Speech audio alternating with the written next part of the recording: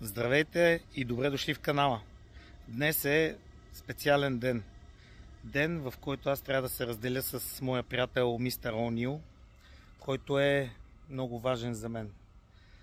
С него преживяхме страхотни моменти. Това е първата ми мотокаска, която беше до мен. Спаси ми главата на няколко пъти, кухата глава. И тези, които ме познават, знаят колко съм сантиментален. С удоволствие искам да я закача на стената и да ми напомня прекрасните моменти, които преживяхме заедно. Но мистер О'Нил има много важна задача. Отговорна при това.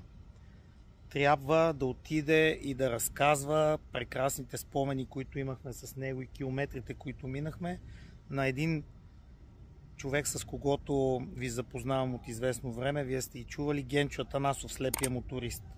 Мистер О'Нил, благодаря ти за всичко. Имаш важна задача. Отивай да вдъхваш кураж, да разказваш хубави емоции и в най-скоро време те чакам да се срещнем отново. Трябва да се разделя с мистер О'Нил.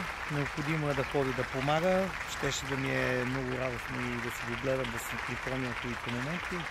Но сантиментите си остават за мен и хубавите спомени. А с кого ще продължим да трупаме километри хачи и следващата каска, най-скоро време ще разберете. Мистер О'Нил, чао, до скоро, до нови срещи!